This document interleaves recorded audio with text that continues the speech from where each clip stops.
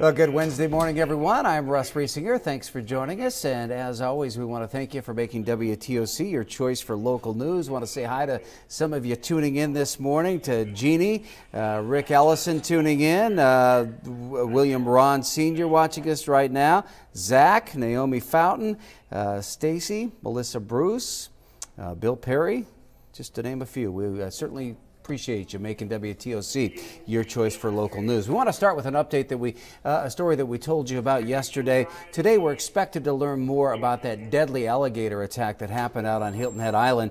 The coroner will perform an autopsy on Cassandra Klein. She was killed Monday morning while walking her dog. Now, authorities say Klein was dragged into a lagoon at Sea Pines Resort by a 9-foot alligator.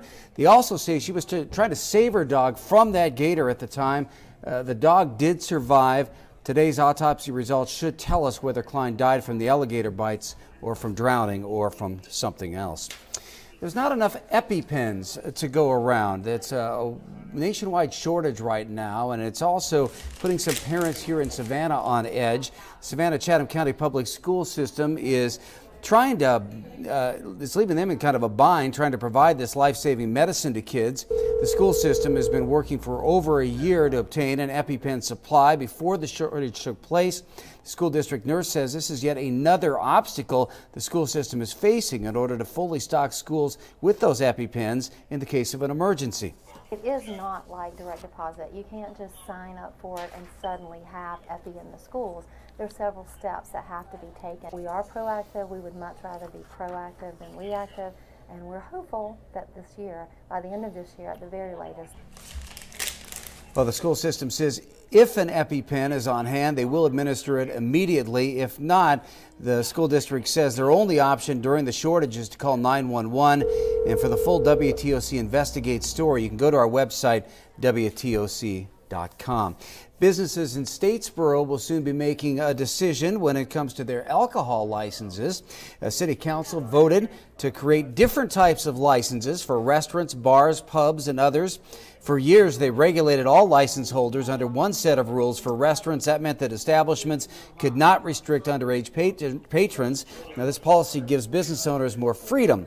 Also last night, the council tabled discussion on extending the Greenway Trail until they can get more details from the project team. Search continuing in Beaufort County for a new school superintendent, but it's going to take a little longer than we first thought. The district now has a rough outline for what they want to find in one. That timeline includes selecting a search firm, gathering input from the community about what qualifications that new superintendent should bring to the job. Members of that committee say they have some ideas of what kind of candidate they want, but they want to leave that decision up to the public. Communities, and we want those parents and other community members' input. So, the idea is that we're here to serve the community, so we're trying to facilitate that communication.